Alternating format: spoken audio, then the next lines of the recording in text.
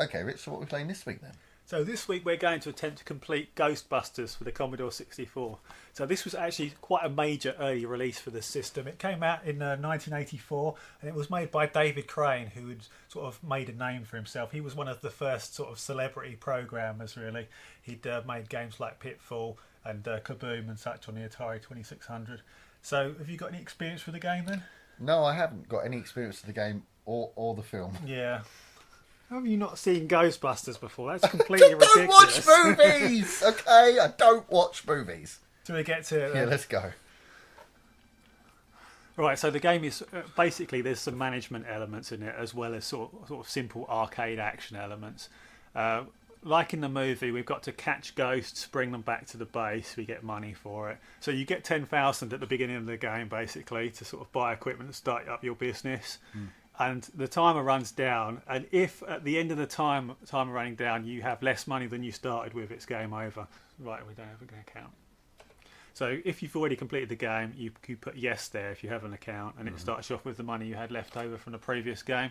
Right, so the different cars, obviously they're different prices. The more expensive the car, the faster it takes the routes, and also the more expensive the car, the more stuff it can carry as well. So it's easiest to start with the hearse. The image intensifier makes a ghost easier to see, so we'll get that because it might help it show up on the footage a bit better.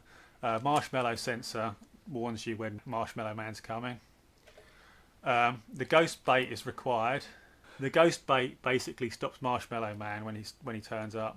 Okay. So that'll be needed later. So traps, the more of these you buy, the more ghosts you can capture before having to return back to base effectively. And the ghost vacuum allows you to pick up ghosts on the road. Okay. So that's it, I think. Oh god, this is so hard to explain. Right, so you see those dots there? You're mapping out a route here, and you've got to get to the red building. The red building's going to have a ghost there, right? So the more dots that you put on the screen, the longer this section takes, and the more time that's wasted, right? So you don't want to move the car about more than you have to. So this little mini game happens to catch ghosts. So you put the trap down, you place your two dudes, and you press the fire button to start them doing this. Okay. When you want to capture them, you press the fire button again. Unfortunately, while I was explaining that, the ghost got out of the way. So you want to sort of push the ghost into the route of the trap like that, catch it. Okay. Some early voice acting there. Nice. Right, so the PK energy goes up in increments of 1, right? When the ghosts get to the Zool building, it goes up by 100. So you want to stop the ghosts from getting to the Zool building. You want to capture ghosts and you want to bring them back to the headquarters. Right. So you just go over the top of them like that. Yeah. Oh, look, there's a red building there, right? So now along the way, it works out where the ghosts were across the route. So you just got to press the fire button to suck them up like that, basically. Okay. So now back at GHQ. Now what happens? Oh, there's a ghost there, so just push fire. That's it. Okay, so right, so in the middle, press fire. And then now place the first guy. There? Yeah, you can place him left, right, or whichever you want. There. Then press fire. That's then it. Then this guy, place him about here, and fire, and then yeah. You got somewhat lucky there, but you really want to be pushed. Accident, to be honest, I didn't. You caught him by accident. Yeah. Yep. Nope. That's what happens. You're screwed. You got to press fire button and lose the guy. Oh, how did that even happen? That was ridiculous. Nah, it's skills, mate. Don't know what you're talking about. We're doing all right actually at the moment. I did expect you to miss a few. I mean, you probably will miss a few eventually, but you did get your first 3, which is quite good. That's your third. All right, okay. And you're close to GHQ. You might as well do it. We're 7 grand already. After 5,000 on the peak energy, the Marshmallow Man can turn up, and what happens is that the ghosts all merge together into him. All 4 of the ghosts go together, and when you see them going together, you have to press the B key to then bring them all to you effectively, and it stops it from happening. But if you're too slow, he smashes the building up, and you get fined 4 grand. Right, so things can go south quite fast if we don't press the B button fast enough. Also, at the end of the game, you've got to dodge under Marshmallow Man's feet, and it's an instant game over if you lose 2 people. Oh, great. So after we got 10 grand, we've just got to sort of weight the timer going down really, or up rather. To 5,000.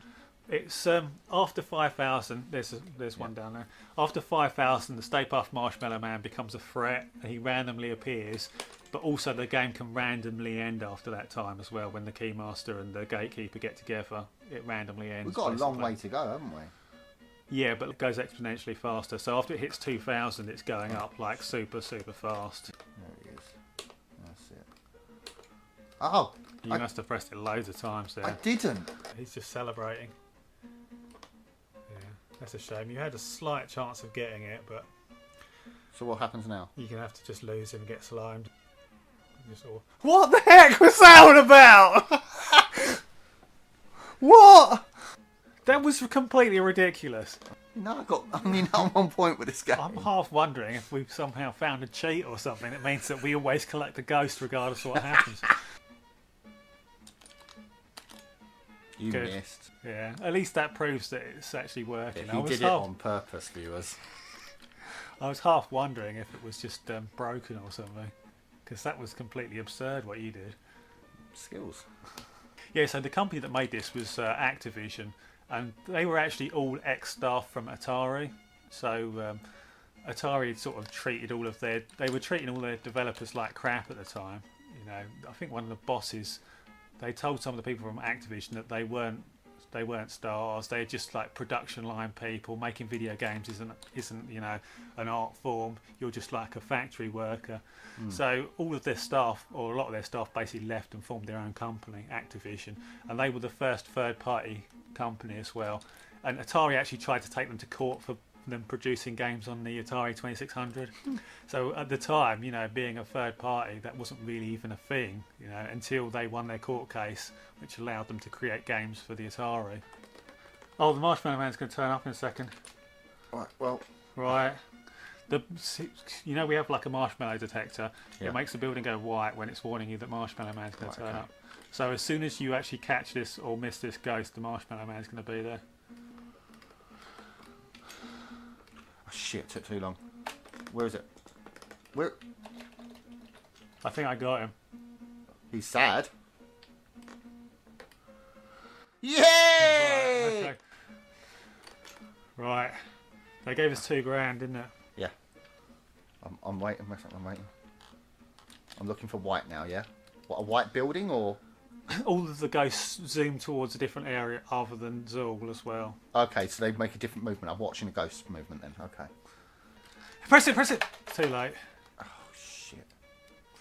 How much did we have? 15. We had over the amount anyway. Yeah. Now we're just waiting on the key, aren't we? Yeah. Yeah. Right, it's the end. It's the end of the game. We've got to do the marshmallow section now. You can do that. You gotta take your finger away so I can see what I'm doing a bit better. Can't you just walk right under him? Oh, you've got to get in the door. Right, yeah, you got to get into the door. If you Like tread Crazy on Golf. You walked him up into diagonal. Why? Because I didn't push straight up. You need to get the rest of these in. No. It has to be this one. If this one doesn't. You muppet! Oh no.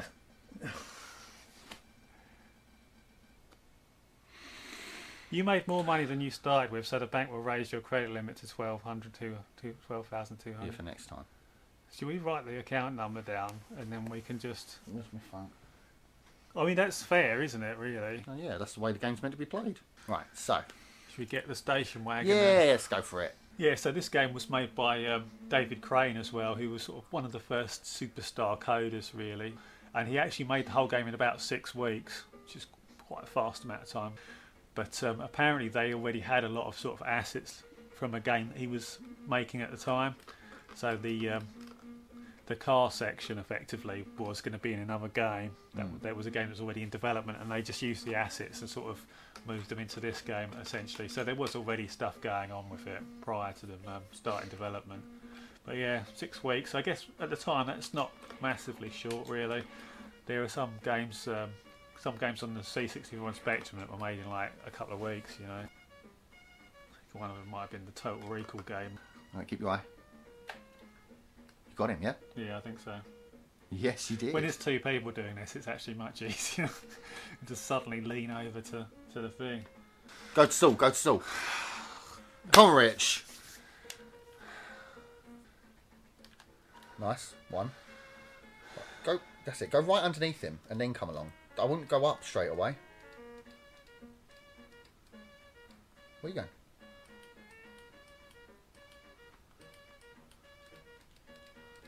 Yeah.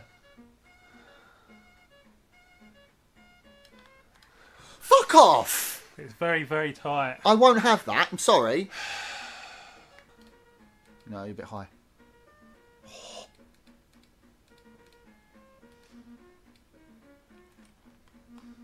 What are you doing?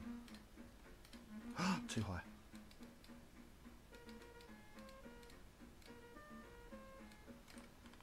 Do you keep circling around? The Commodore crash. Why?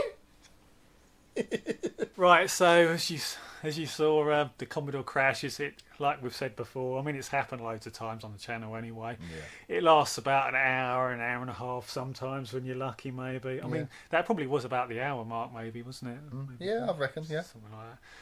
It does happen, unfortunately. Obviously, we lost the first game, which meant that we were sort of trying our luck a bit, weren't we?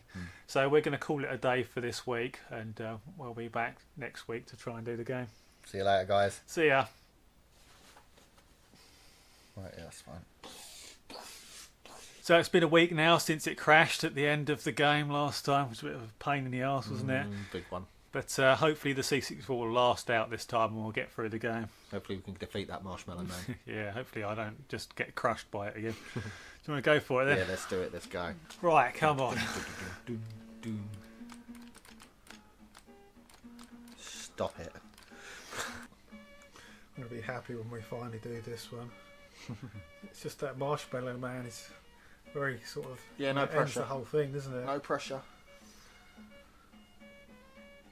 One thing I did forget to mention last week, actually, I actually had to buy this game twice from eBay in the end. Did you? I don't know if I mentioned this to you either, actually. But originally I got the Ricochet re-release of Ghostbusters for the C64, and it turned out that all of them are bugged. So when they re-released the game on the budget label, they screwed up the gameplay, and the PK energy doesn't actually go up on the Ricochet re-release. Makes it a little bit easier, but obviously it's sort of no use for us really. So you basically have to let the ghosts escape to increase the PK energy on the Ricochet re-release. Right, okay. Oh, the Keymaster's there. It's over. Right, here we go. Here we go, Rich. Come on, Rich. Oh God, I'm going to die again, aren't No, I? you're not. Come on. I feel like crap at the moment. You do it. Yeah, that's it. I like that. Oh, you're there. Oh, what are you doing? Got to be in line with the... With the what? The line? What, between the doors? The head? Yeah? Nice. Come on. Come on. That's good. No, well, reel it round, reel it round. You're fine, you're fine. Down a bit. Yep, you're good. You're good. Come on! Thank God for that. Boom, first time, baby. My heart is pounding at the moment. Yes. Good little ending.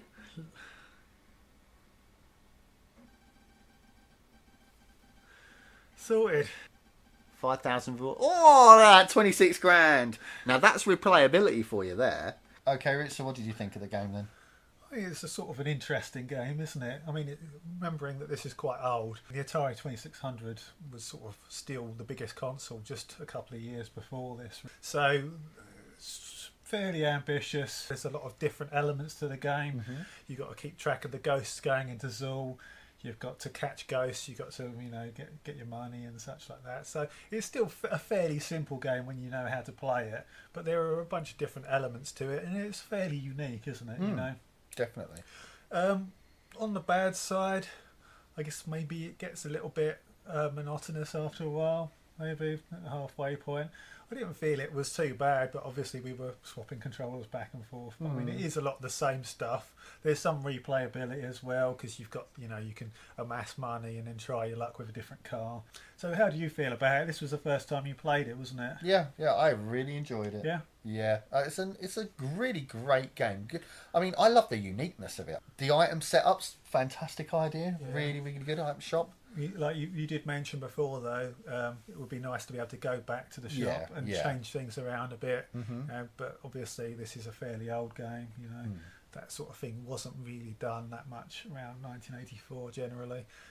They did add that to later versions of the game, but they also kind of screwed up the gameplay completely on later versions. Yeah. They had this awful stair scene that they added into the NES version, and it's horrible, really. It's just complete crap. So, yeah, but it would have been nice if you could go into the shop and such. Yeah. Music was okay. It was good. Done what it needed to do. Music on this is quite reasonable for the time. Yeah. I mean, what was it? Impossible Mission came out this year. That didn't have in-game music, did it? That was sort of just ambient sound effects kind of thing, like walking around and stuff. So yeah, I really, really enjoyed it. Yeah. Yeah. Okay, Rich, what are you going to score it then? I've decided that I'm going to give the game a 4 out of 5 because I think this is quite an impressive game for 1984. I think it's quite a polished game. It has all of the aspects that you would want from it. Good music and quite good graphics for the time and the sound effects. The gameplay is quite unique as well. I just say that maybe it gets a little bit repetitive, some of the gameplay elements, but it's sort of a minor criticism, I think. I would say that games like Impossible Mission, really, that's the 5-star game from this year. Whereas this, and also the Marshmallow Man, I'm not sure about that as an ending, really. What do you reckon then? What are you going to score it? Well, I'm going to score it a 5 out of 5, Yeah. but I need to quantify my statement. So, I also scored Impossible Mission a 5 out of 5 because I absolutely adore that game. It's perfect on every level. This is very, very close to it. So if Impossible Mission was a high 5, this would be a low 5. It's got, the music's fine, the graphics good, the gameplay's excellent, the uniqueness really brings it alive. Yeah. I'm not so bothered about the repetitiveness. I think you've got a lot of micromanagement in there, making sure you take the right route to get the ghost and stuff like that, making sure that you capture the ghost properly and getting back to GHQ quicker. I think there's a lot of micromanagement in there, so I'm not so bothered about the repetitiveness. You've got to keep track of how many traps you've got left and Yeah, stuff as well. yeah, that too. That's minor, but it's still there. And I really don't mind the marshmallow boss at the end. I know I didn't actually have to do it, but if you do fail up on that, you get another chance, and it's a 20-minute game, so you're not thinking, oh god, I've got to do that all over again, and you get more money and a different experience. Okay, guys, that's Ghostbusters for this week. Really enjoyed the game. Yeah, I do like it as well. Excellent game. Really unique. Really nice to play. So what do you think, guys? Give us a comment. Tell us how you think about the game. Did you like it? Give us a like. Always helps. And we'll see you next week with another game. Take care, guys. See ya.